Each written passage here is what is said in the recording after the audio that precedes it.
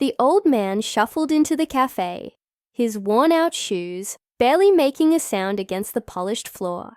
His thin frame was wrapped in a coat that had seen better days, and his wrinkled hands trembled slightly as he made his way toward the counter. He wasn't looking for much, just a simple sandwich, something to fill his empty stomach and give him a few moments of warmth in a place that smelled of fresh coffee and toasted bread. But what happened next was something he never expected. The cafe was bustling, filled with the sound of clinking cups, murmured conversations, and the occasional burst of laughter. Young professionals sat with their laptops, fingers flying over keyboards, while friends sipped lattes and shared stories. It was the kind of place where people stopped in for a quick bite, not really noticing those around them. And that was exactly the problem. As the old man reached the counter, the barista barely glanced at him. She was young, maybe in her early 20s, with earbuds in one ear and a look of impatience on her face. The line behind him was growing, and she seemed more interested in keeping things moving than in the frail man standing before her. He cleared his throat and smiled gently. "Excuse me, miss. Could I please have a sandwich?" His voice was soft, almost hesitant, as if he was used to being overlooked. The barista sighed, her fingers tapping against the register. "Which one?" she asked flatly. He hesitated for a moment, scanning the board above her. The prices were higher than he had expected. He reached into his coat pocket, feeling the few coins he had, and swallowed hard. Just something simple. "Maybe a ham and cheese?" She raised an eyebrow. "That's $8.50 nos." His fingers tightened around the coins. He had been careful with his money, stretching every dollar he had. He wasn't sure he had enough.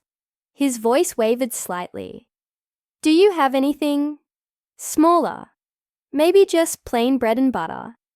The people in line behind him were starting to shift impatiently. Someone cleared their throat. Another person whispered something under their breath. The barista exhaled sharply, glancing at the line. "Look, sir, we don't do charity here. Do you have the money or not?" A flush of embarrassment crept up his neck. He wasn't asking for charity. He wasn't begging. He just wanted something simple, something he could afford. He fumbled with the coins, counting them carefully, his hands trembling slightly. Before he could answer, a loud voice cut through the cafe. "Oh, come on! Just order or move aside." A younger man in a suit shook his head, his expensive watch glinting under the lights. "Some of us have places to be." The old man flinched, his shoulders hunching as if trying to make himself smaller. His stomach twisted, not just from hunger, but from the sharp sting of humiliation. He had lived through war, through hardships, through decades of struggles. But in this moment, he felt more invisible than ever. The barista's lips pressed together.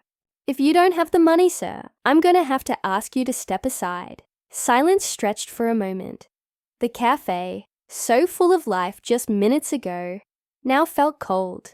The old man looked down at his coins, then up at the barista, his faded blue eyes searching her face for even a hint of kindness. But there was none. A deep breath, a slow nod. Without another word, he turned, his frail hands clutching his coat as he took a step back. His stomach ached, but it wasn't just from hunger anymore. And then, just as he was about to walk away, someone spoke. A voice, unexpected and firm, rose above the quiet murmurs of the cafe. "Wait!" Everyone turned, and in that moment, everything changed. The cafe fell silent. The old man stopped in his tracks, his heart pounding in his chest. He turned slowly, unsure if he had imagined the voice, but as his tired eyes scanned the room, he saw her. A young woman, no older than 25, had stepped forward from a corner table.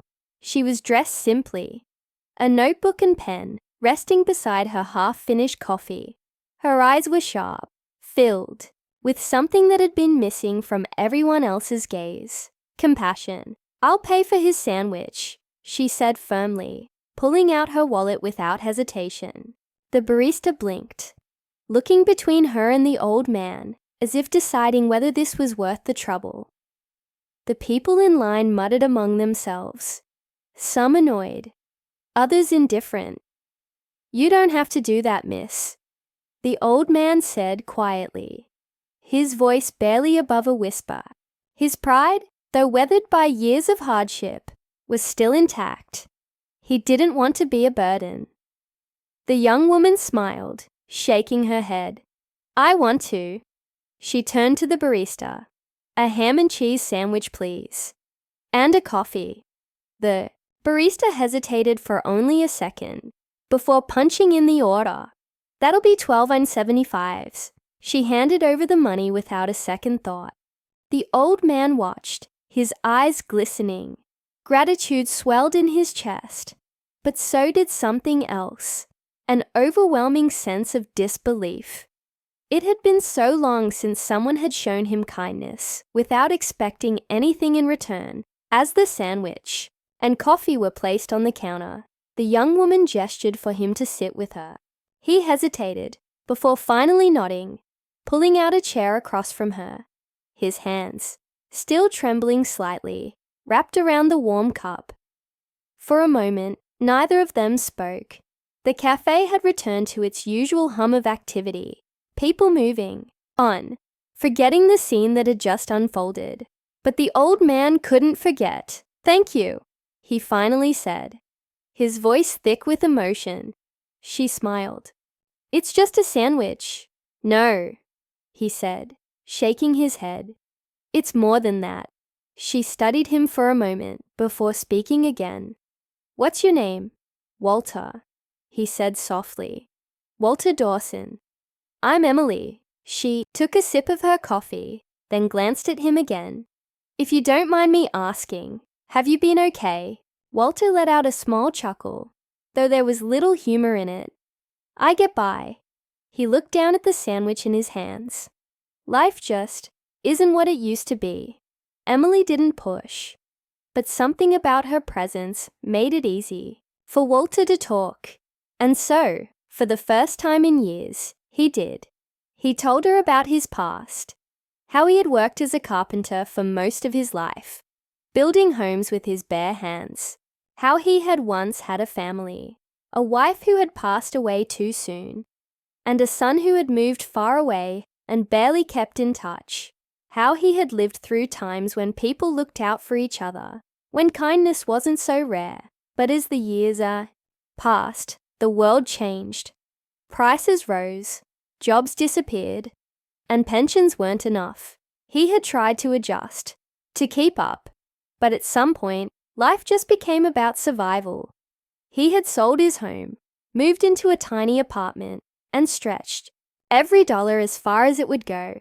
And yet, even after all of that, he had never imagined that asking for something as small as a sandwich would lead to such humiliation. Emily listened intently, her expression unreadable, but her eyes, those warm, thoughtful eyes, held something deeper, understanding. "That man in line," Walter muttered after a moment, his voice quiet. "The one who told me to move aside. I don't even blame him." He looked up at her. "The world moves fast now. People don't have time for others." Emily shook her head. "That's not an excuse." Walter smiled, but it didn't quite reach his eyes. "Maybe not, but it's how things are." She was silent for a moment, then asked, "Do you come here often?" Walter hesitated before nodding. "Sometimes. I like watching people. It reminds me of when I used to take my wife out to places like this. We'd sit and talk for hours." His gaze grew distant. "But now, I mostly just sit." Emily pressed her lips together, as if she was thinking hard about something. Then she reached into her bag, pulled out a small notebook, and scribbled something on a piece of paper. Tearing it out, she slid it across the table toward Walter. My number, she said. If you ever need anything, or just want to talk. Walter stared at the piece of paper, his throat tightening. He hadn't expected this. A sandwich was one thing, a moment of kindness, a simple act, but this was something more. I don't want to be a bother, he murmured. You're not. Emily smiled again. Besides, I could use someone to talk to too. Walter didn't know what to say. He simply nodded, tucking the paper into his coat pocket. For the first time in a long while, the weight in his chest felt a little lighter, but just as he was about to thank her again, something happened. A sharp voice cut through the air. You really shouldn't encourage people like that. Walter and Emily both turned. It was the man from the line, the one who had been impatient, the one with the expensive suit and the dismissive glare.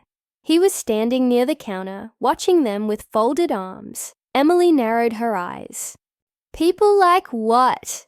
The man scoffed. Come on, you give handouts, and people start expecting them. The world doesn't owe anyone a free lunch. His gaze flickered to Walter. Maybe instead of taking charity, he should figure out how to take care of himself. Silence. Walter's hands tightened around his cup. A familiar feeling crept over him, not just humiliation, but something heavier, something close to anger. Emily, however, didn't hesitate. She stood up, looking the man straight in the eye. Kindness isn't a handout, she said firmly. It's what makes us human. The man smirked.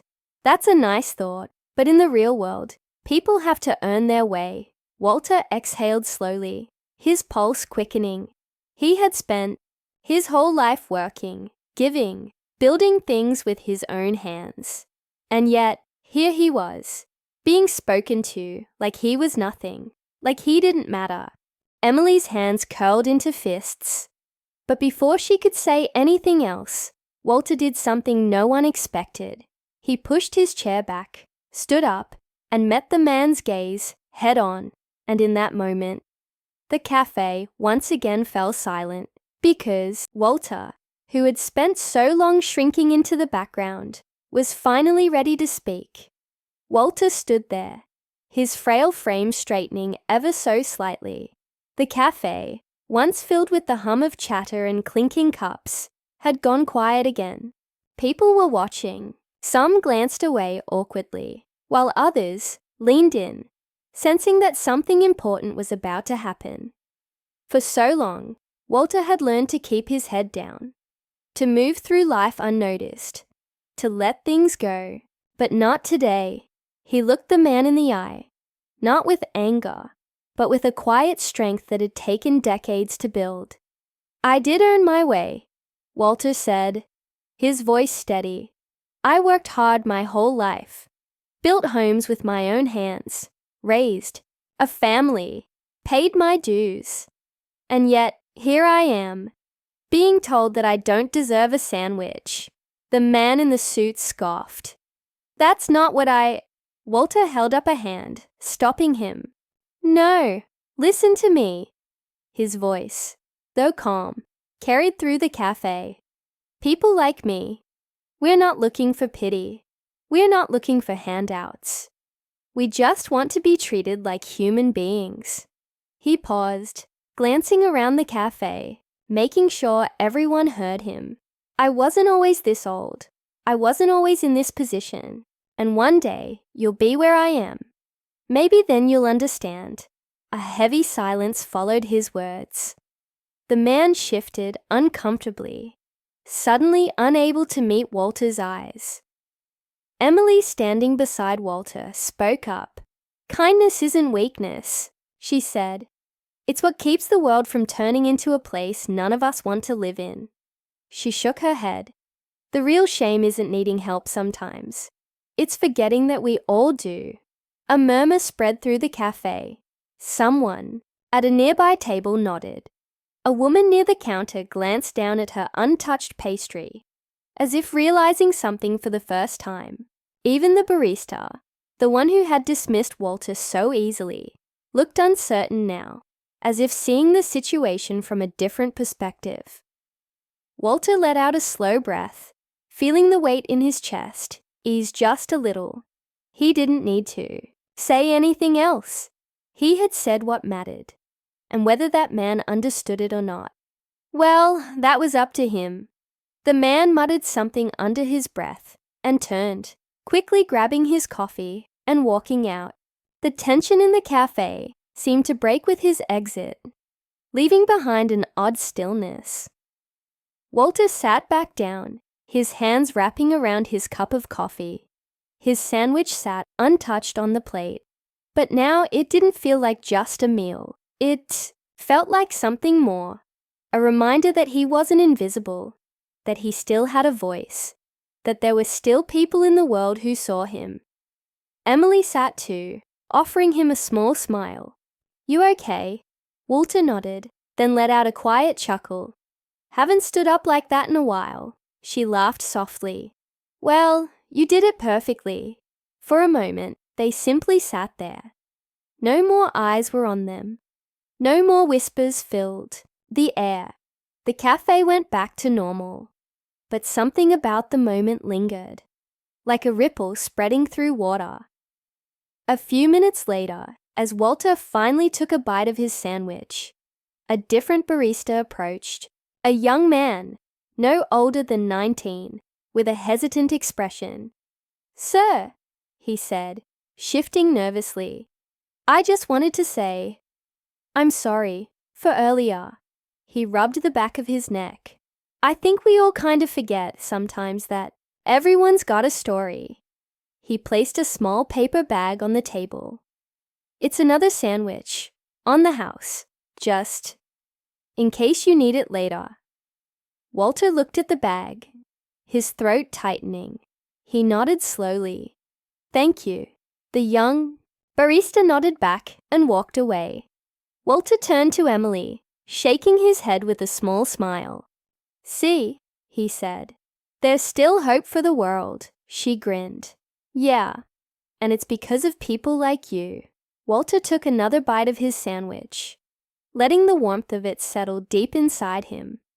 For the first time in a long time, he didn't feel small. He didn't feel forgotten. He felt seen.